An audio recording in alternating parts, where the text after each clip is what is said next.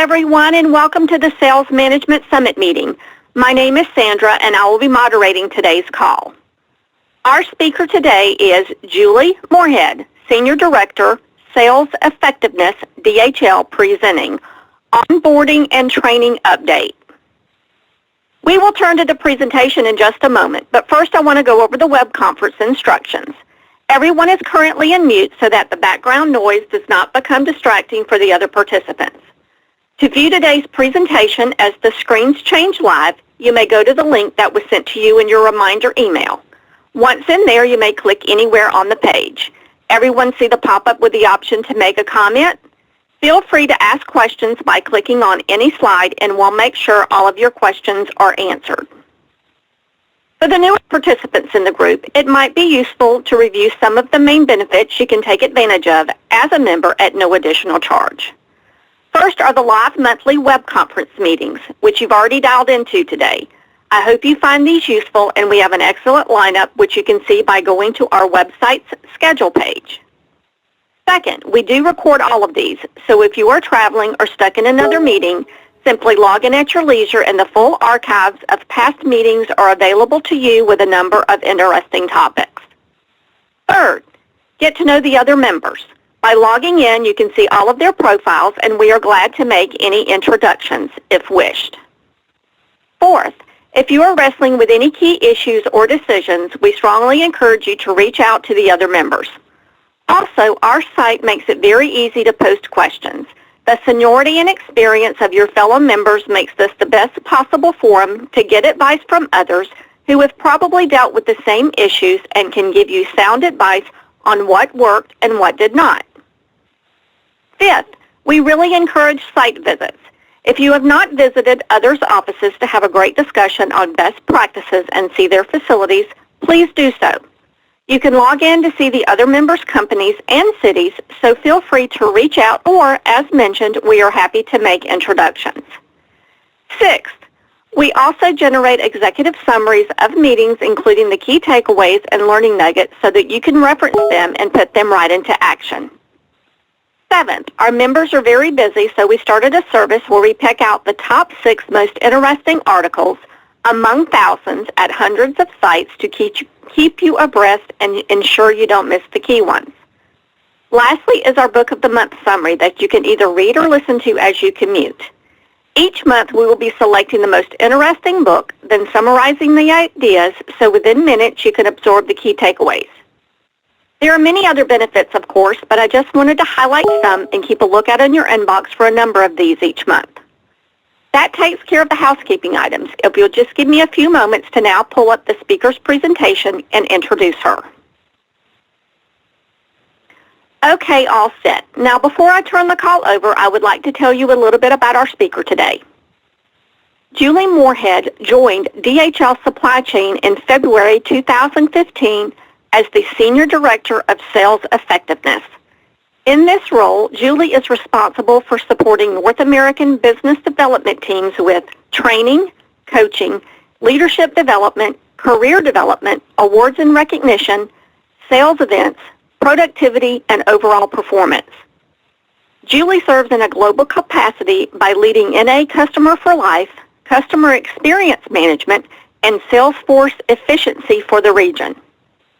Prior to joining DHL Supply Chain, Ms. Moorehead spent over 25 years in a variety of sales, marketing, and consulting roles. She focused the bulk of her career on developing highly effective sales teams and building key customer relationships. Julie, thank you so much for being with us today. Just say next when you wish the slides to advance, and the floor is all yours. Excellent. We'll go right ahead and advance 2 more slides.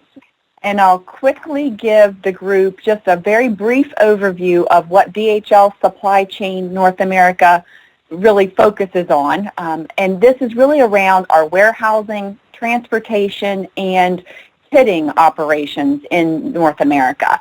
So we're owned by Deutsche Post DHL, which is a German-based company.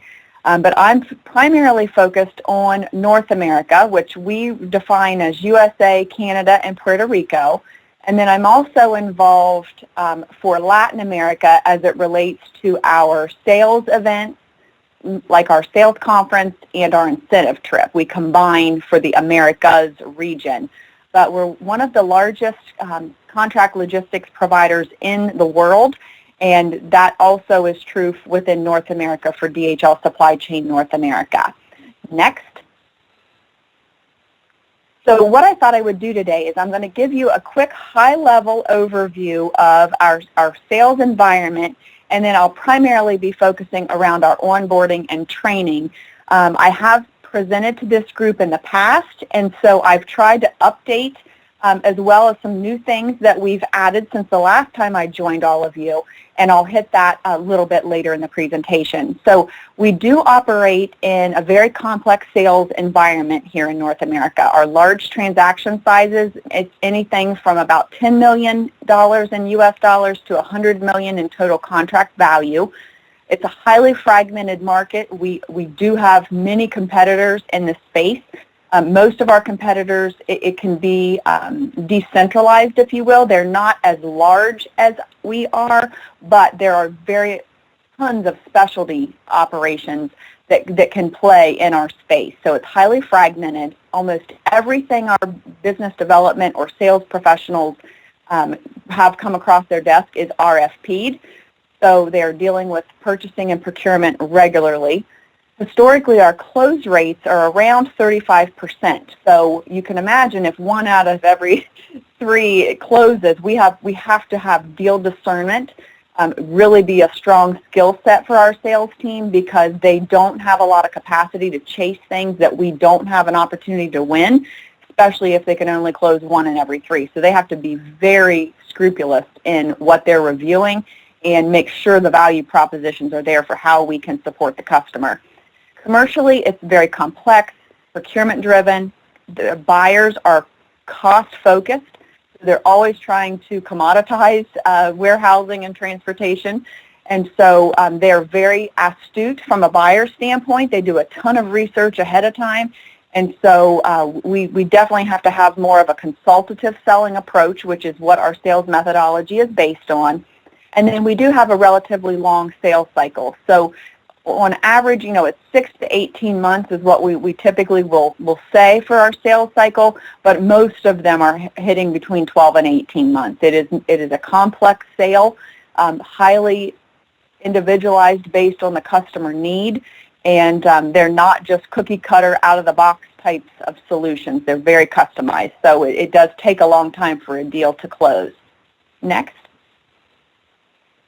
So with my group, Sales Effectiveness, I'll go ahead and have you advance to the next slide as well, just as a highlight for the functional support that I give to our business development team. I wish this was headcount. I wish my team was this size. Right now, I serve as the head of this group, so I would be in the yellow box.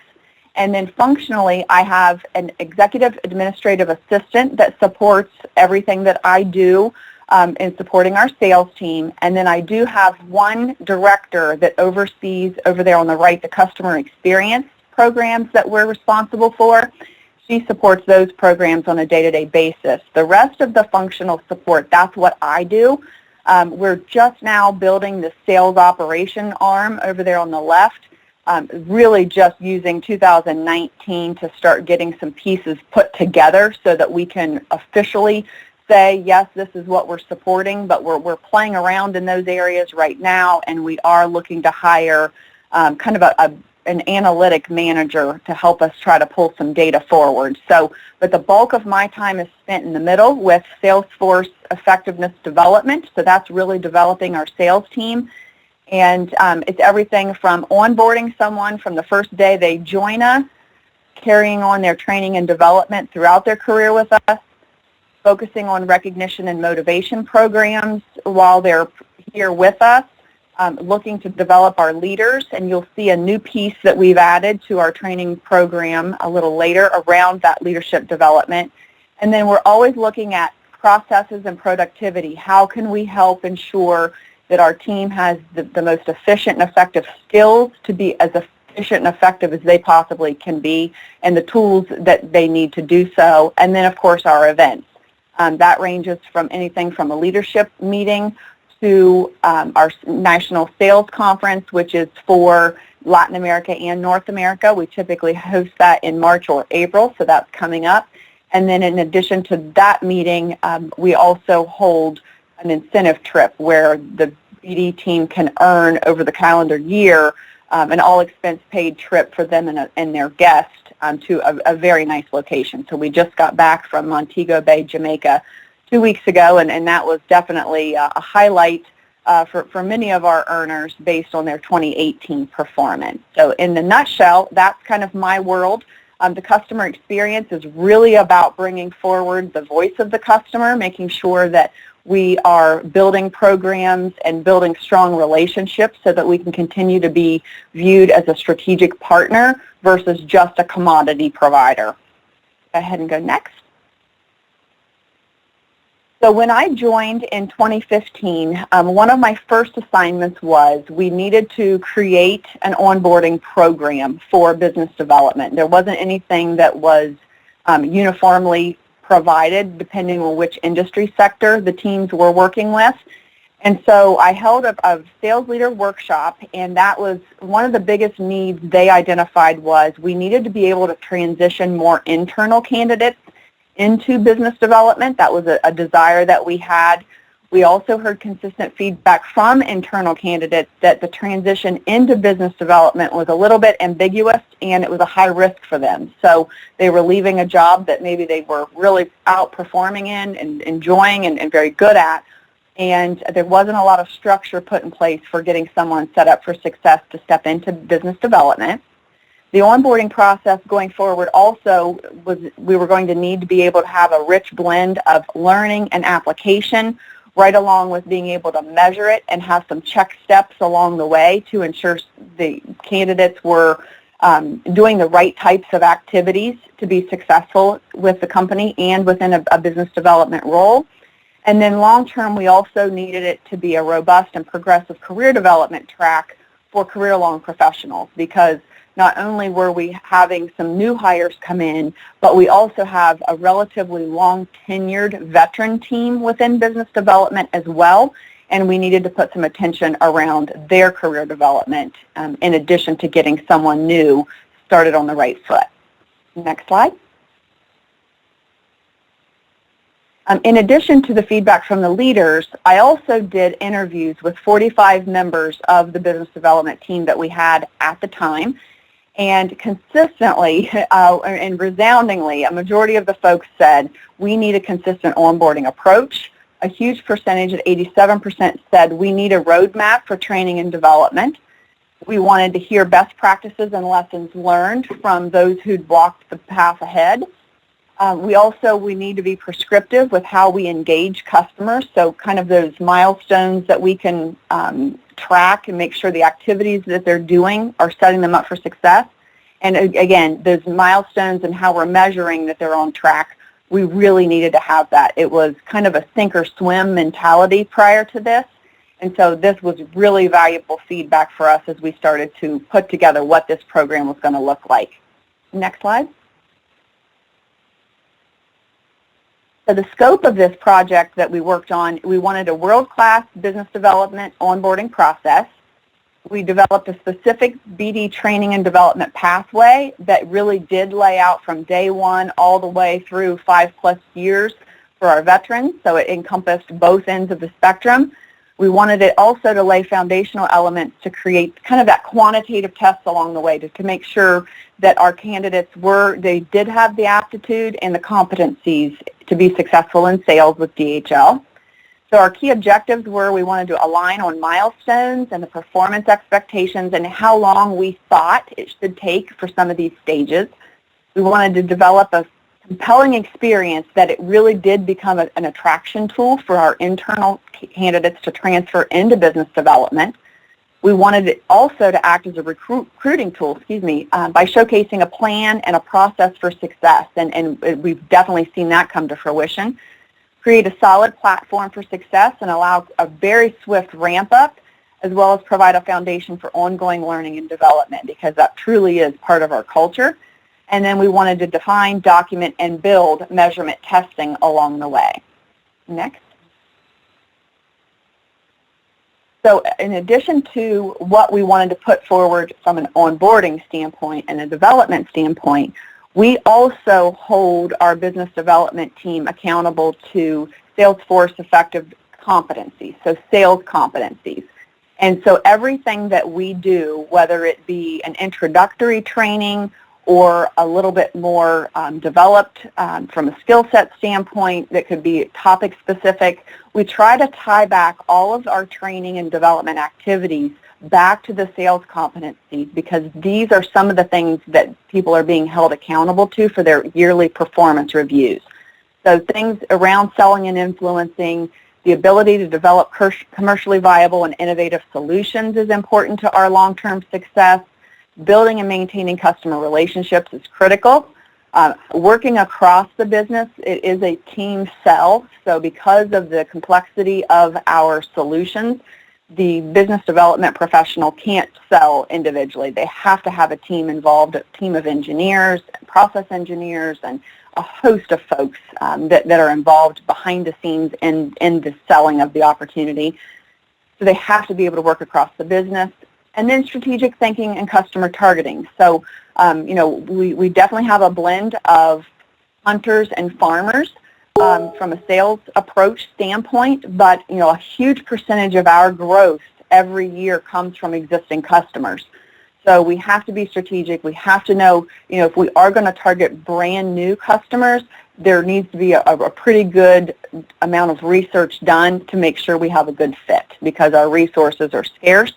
And, we wish we could run after a lot more opportunities than what we do.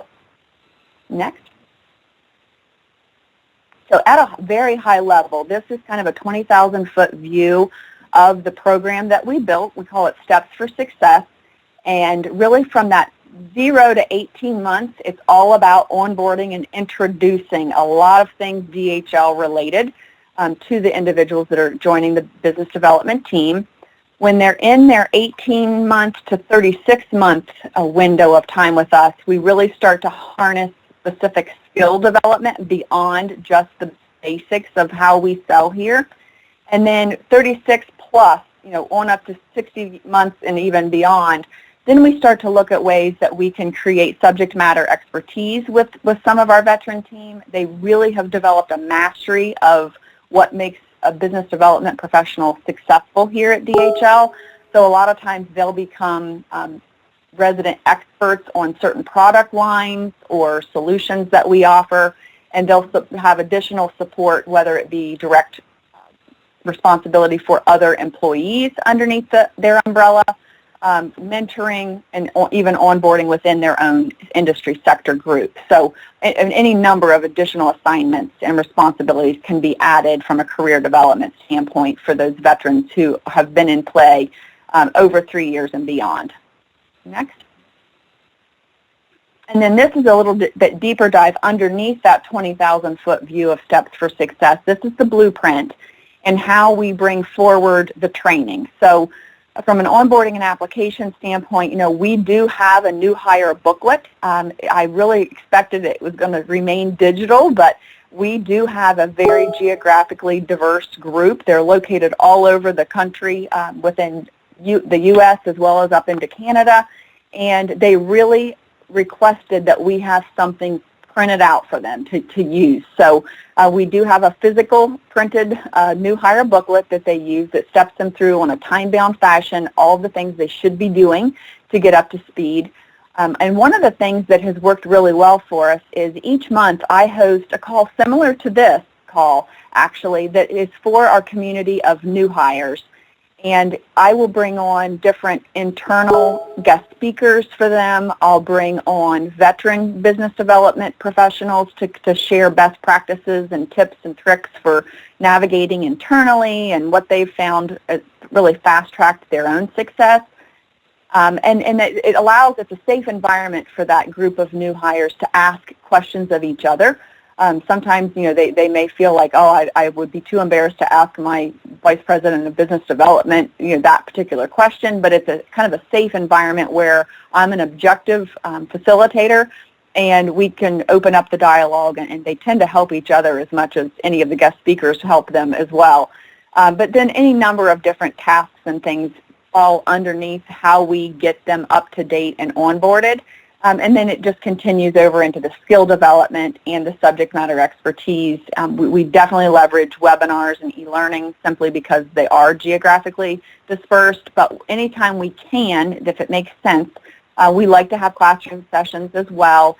And a lot of our programs, there's some testing involved to really gauge retention. But also so that they know that they need to have some skin in the game, that the company's investing valuable resources and time to develop them, and they need to do so accordingly on their side as an attendee as well. Next slide. So over the course of that curriculum as well, this is really how it breaks down. The work that we've done in North America on our onboarding program and the Steps for Success pathway has been adopted globally. So that's where I've been involved in a global task force with the rest of the regions around the globe on how do we make these mandatory trainings that are specific to business development. And we've adopted our sales methodology, which we call Accelerate. And you see it as the top yellow box under the mandatory, the middle column, Accelerate Consultative Selling. That is our sales methodology. We work with an outside company to execute that. But everything that you see in the sales process fundamentals, so that first column on the left, those are some of the things that happen during the onboarding phase, that 0 to 18 months.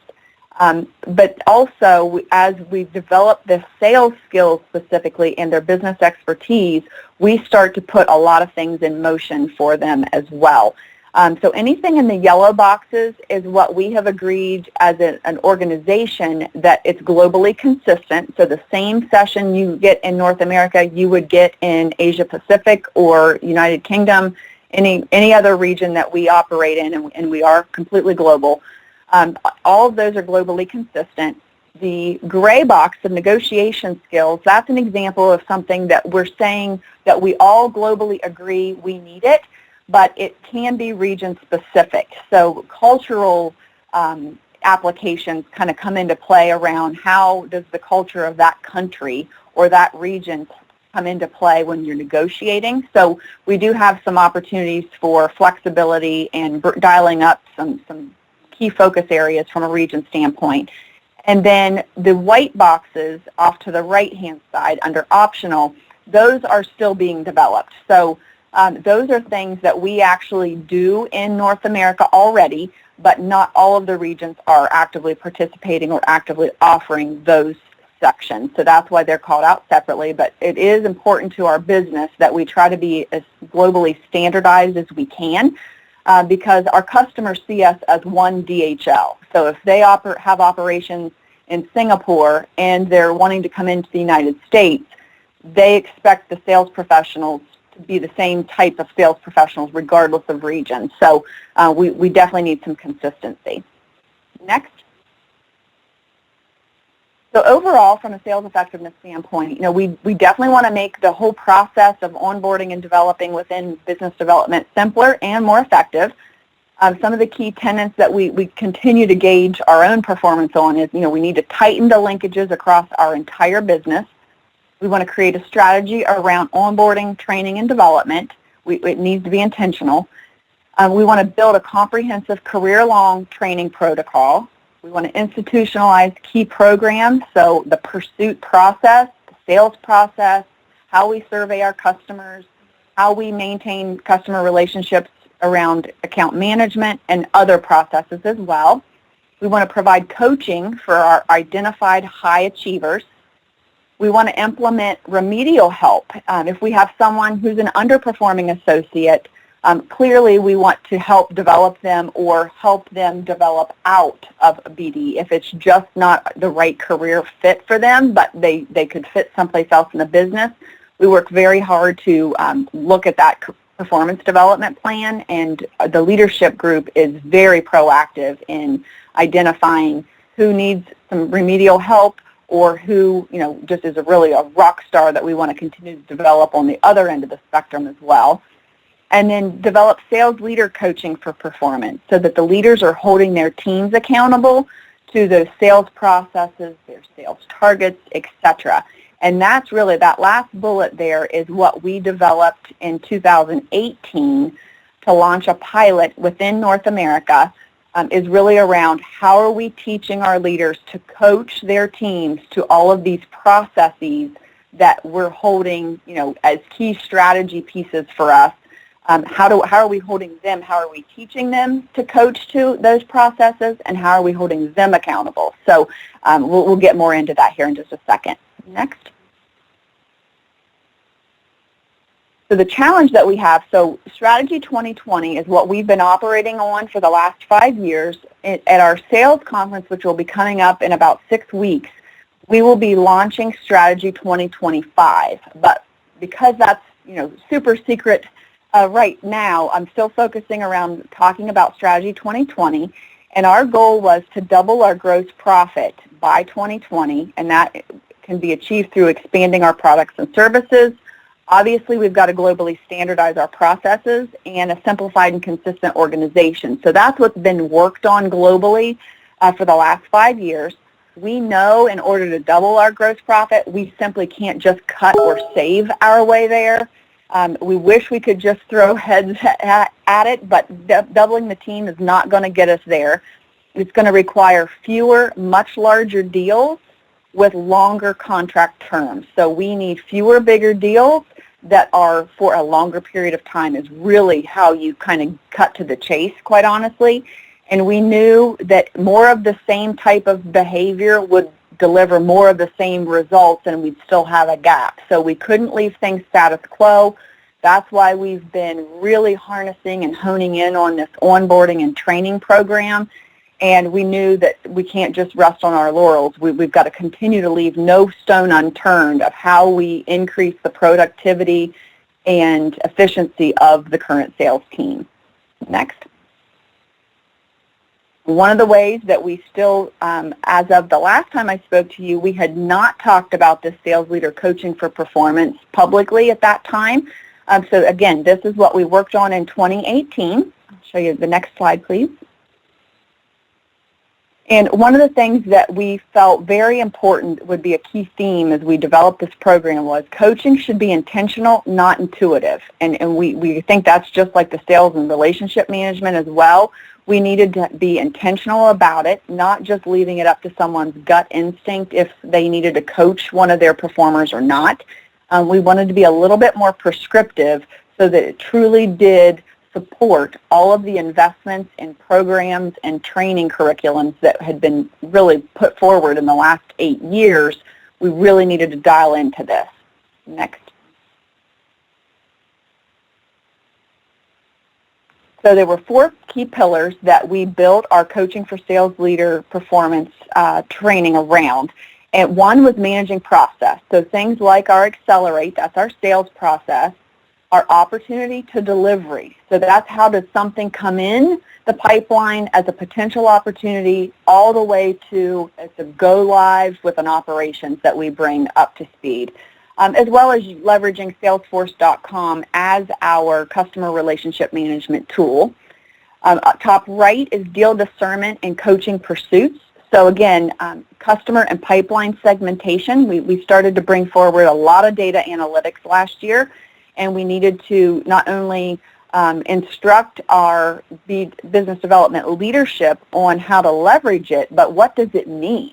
And where's the value in spending time to look at this data? Our opportunity to delivery process also has some risk assessment opportunities and tools in it, so risk and winnability assessment. There are tools that we call our ORA1 and ORA2. A lot of pieces, parts that go into that for the business to be able to review, is this something we want to pursue or not? And then win plan review.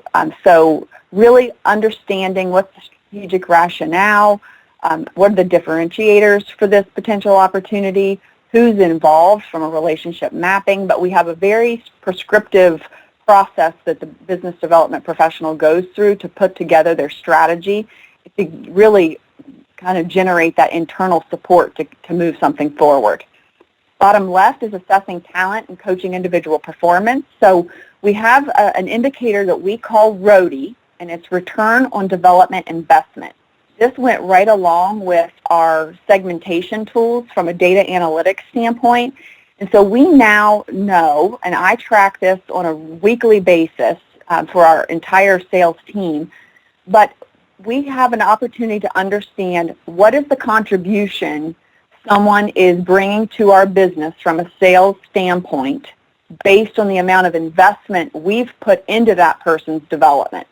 And so it basically is a pretty quick and easy equation where we take their base salary minus bonus, so it's just the base salary over a 24-month rolling time period, divided by how much gross profit they've delivered in that same 24-month rolling time period.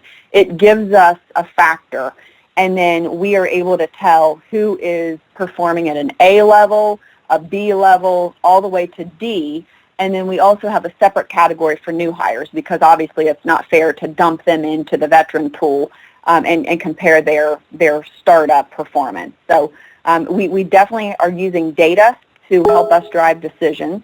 And then, of course, the management review process. So we didn't want to recreate the wheel with this coaching training. We wanted to also have it further leverage the annual review process and the career development process that we already use from an HR standpoint across our business. So that's where that management review process, we just have this kind of go hand in hand and everything's in concert.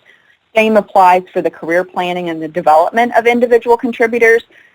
So within our career plan and development plan, we operate on a 70-20-10 idea. So each year when an individual sales contributor meets with their leadership, put their plan in place for the upcoming year, 70% of it is about what they're going to do on the job, so within their role.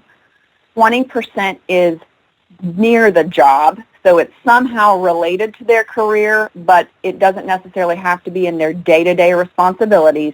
And then 10% of their development plan is off the job. So what else are they doing to continue to further develop their skills that are outside of their career? So it could be something within their community. Are they on a board somewhere? Those types of things. Are they going back to school? Just any number of different things can fit in that. And then, of course, there are additional training plans around a lot of our current programming that we incorporate into that. Next.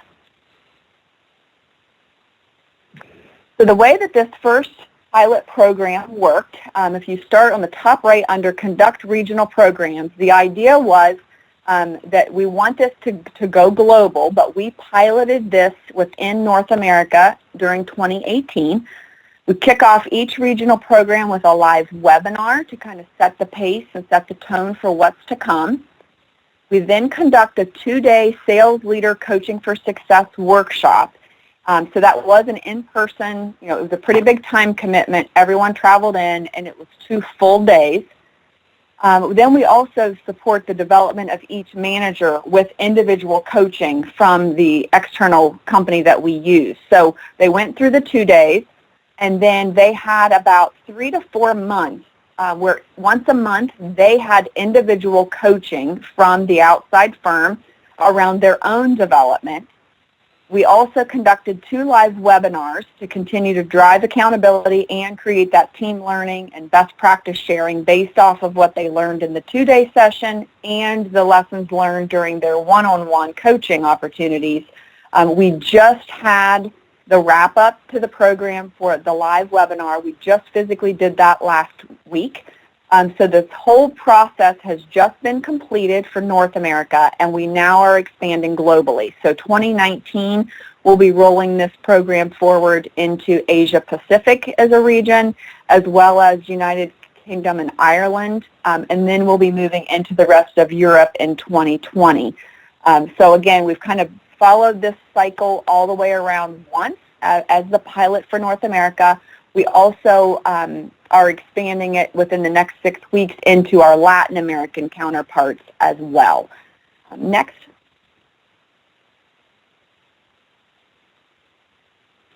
So in the ideal scenario, what we're teaching our leaders, in addition to obviously there's a ton more content, but really simplifying it down, We taught them a coaching model as well, so that when they're dealing day-to-day, week-to-week with their sales teams, if there is a situation that comes up, there's this 5-step process that they go through in each scenario. So it's identify the opportunity or the underlying problem, determine who's accountable to this problem or the issue, choose an area that you're going to focus on, establish an action plan, and engage in continuous coaching. So I like to think of the difference between training and coaching is training is you're pouring into someone. So you've got a pitcher of water and you're pouring content and learning and all kinds of information into the person.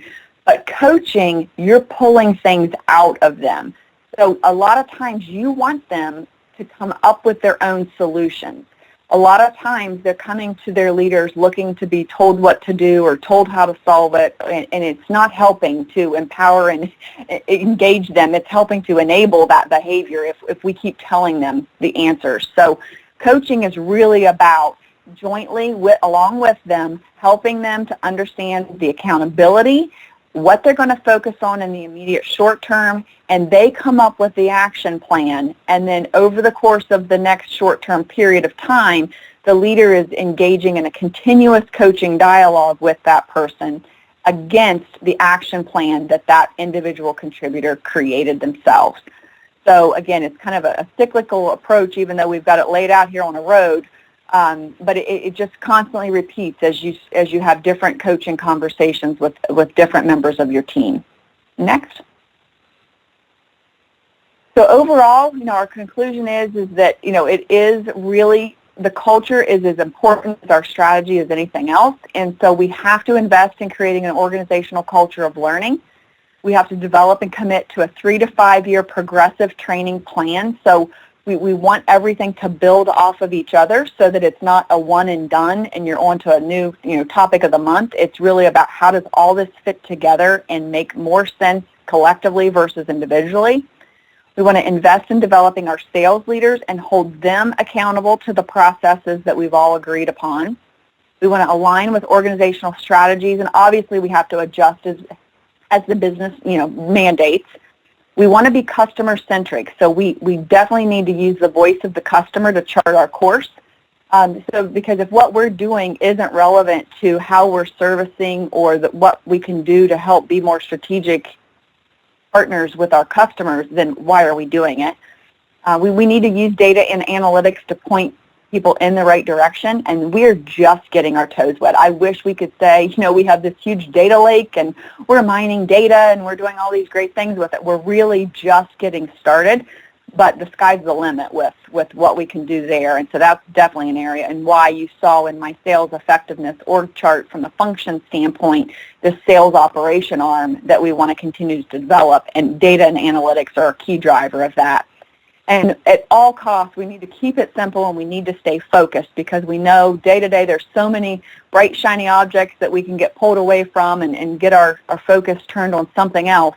But at the end of the day, we have to keep holding ourselves accountable to staying focused to the task at hand. Next. And, we firmly agree that the race is on and the time is now for growth. And we need to be fully equipped to win. We are assuming and anticipating that our strategy 2025 is just going to be even bigger growth goals than what we've already been trying to achieve over the last 5 years for strategy 2020. And so it's going to be really important that we continue to harness a well-working, well-oiled team and machine to keep up with what the business is expecting of us in North America. And with that, that's all that I have for today, but I would love to open it up for any questions that the group has. I know I've thrown a lot of information at you. Thank you, Julie. We really enjoyed your presentation. Before I go out and check the chat line of questions submitted, do we have any live questions? Again, it is *6 to unmute your line and go ahead with your questions, or a reminder that you can also click anywhere on this last slide, then you will see how to make a comment, so you can type your question if wished. So again, any live questions? Okay, Julie, we have received several questions throughout your presentation. Keep in mind you may have touched on these, but I'll ask them all anyway just in case there's something you would like to add to or elaborate on. Okay. Our first question, who was involved in developing this program? I assume you led the effort, but who else was involved? Okay, great question. So yes, I led the effort, and I pulled in several of our business development leaders, as well as my boss, who his title is Chief Customer Officer. So he's our CCO for North America. Ultimately, he's responsible for the sales performance of our division.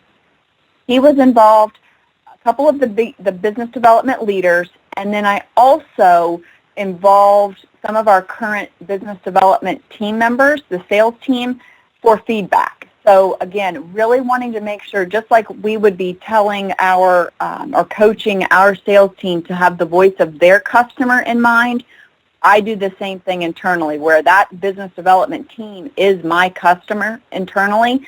And so we really try to make, we always want to make sure what we're bringing forward is truly relevant and makes sense based on the current reality within the groups. Because we can sit in our office and come up with some great ideas all day long, but if it's not relevant and impactful to the people that have to execute with it, then it's really time wasted. So we did have a pretty kind of a 360, if you will, kind of approach where we wanted a lot of people involved for feedback. But day to day, I work directly with our outside company that we work with. It's called Impacts. That's our sales methodology. That's who we partner with for them. I work directly with them. We brought forward, based on our research and internal feedback sessions, an initial starting point, and then we played it off of several folks for feedback and fine-tuning. Great question. Okay, thank you. Our next question, as people work their way through this program, is their progress acknowledged with title or salary changes? Yes, so that's a very good question as well. And typically, there is a career progression that somewhat mirrors my time-bound slide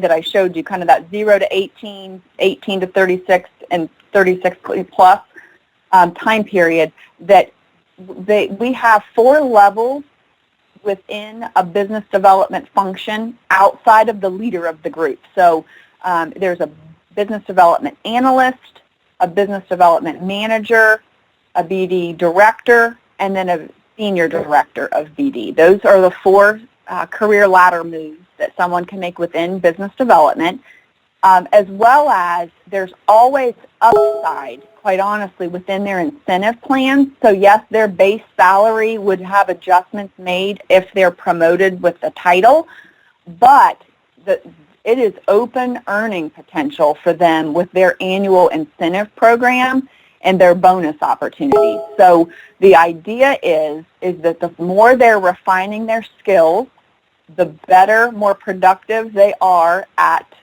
deal discernment that I mentioned at the beginning, that they're choosing the right deals from the get-go, and they are actively working with customers on fewer, bigger deals, but for longer periods of time. As you can imagine, the payout on those is bigger. And so there is definitely upside from an earning opportunity as well. And some of the things that we've been able to see in the 4 years that we've had, well, actually it will be 4 years later this calendar year that we've had the onboarding program in place. But we can see already, since we implemented this program, the classes of new hires coming in are earning their incentive trip faster than any groups ahead of them prior. They are staying longer. Our turnover is the lowest it's ever been within the collective larger group, and they are promoting at a faster pace than classes prior to this program. So we have been able to measure that so far it's doing exactly what we want. Okay, thank you. Our next question, assuming you have found it beneficial, why do you wait at least 18 months to work more on skill building? Well, that's a great question. So we leave it up to the individual situation. They can always go faster. What we tried to lay out with this program was we tried to lay it out in such a pace that made it reasonable for time away from their day-to-day job, if you will. So we had to look at, of all the offerings, how many of them were in classroom settings, so how many days were we taking them away from their sales job, how many hours of webinars, etc. And so we tried to put it at a pace that seemed to make sense while someone was trying to get up to speed with the business.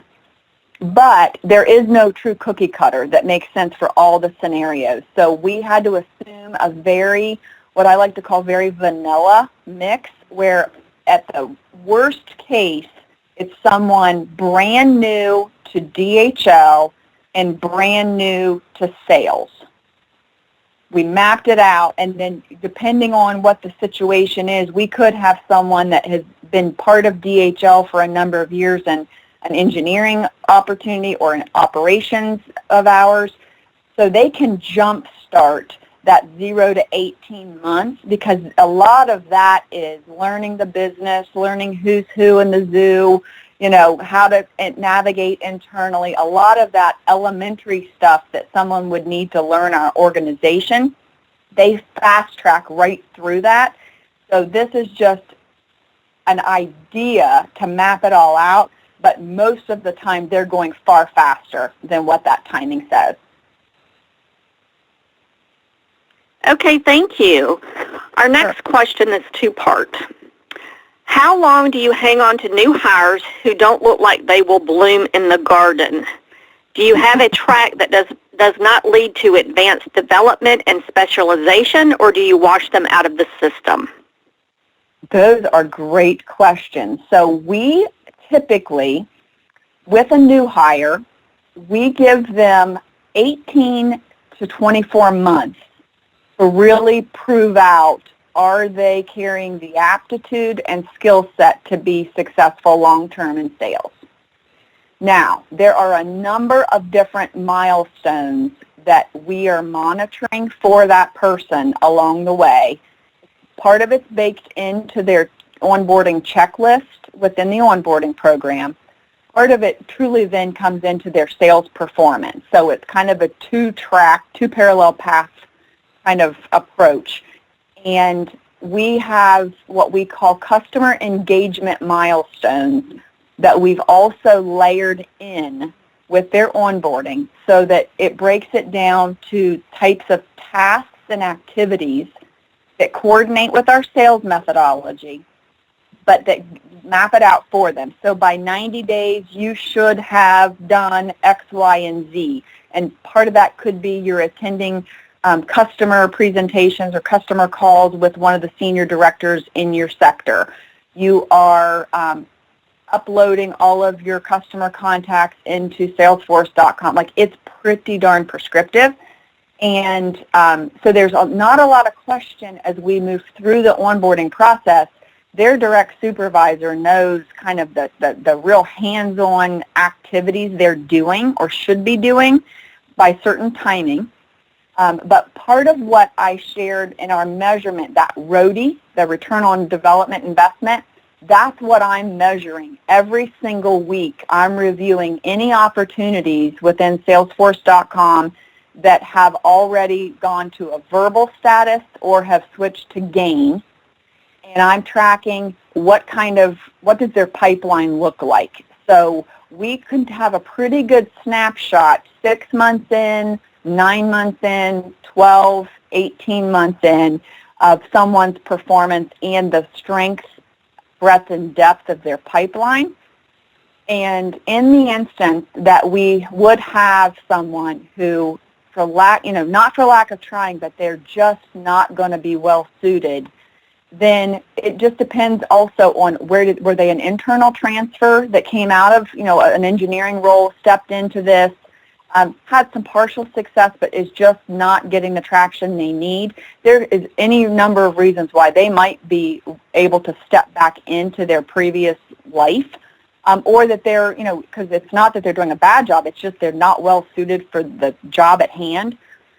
Or we help transition someone out of the business. We hate to have that happen, but we also, it's too important for us from, employee well-being. We don't want to hold someone that is just not going to be successful. Why hold that and drag that out? Let's help set them up for success into where they really can drive against their skill set. Okay, thank you. Our next question, is there any sense in which you meter out training, or do you never worry about too many people working in business development? That's an interesting perspective. We've never really, I don't think we have any of our leaders ever saying we have too many. They always want more because the goals and the growth targets are always getting bigger. But we have not found that we're at a position yet where we have to curb training because our business changes so fast, and because we do create standardized global trainings, there's always something coming from another region that we may not even be developing within regions. So, for instance, we just had rollout 2 weeks ago of a new global transportation training that I didn't even have visibility to, quite honestly, 6 months ago. So it wasn't baked as part of our plan. So I keep kind of a pretty flexible offering as part of our big plan, that 5-year platform plan.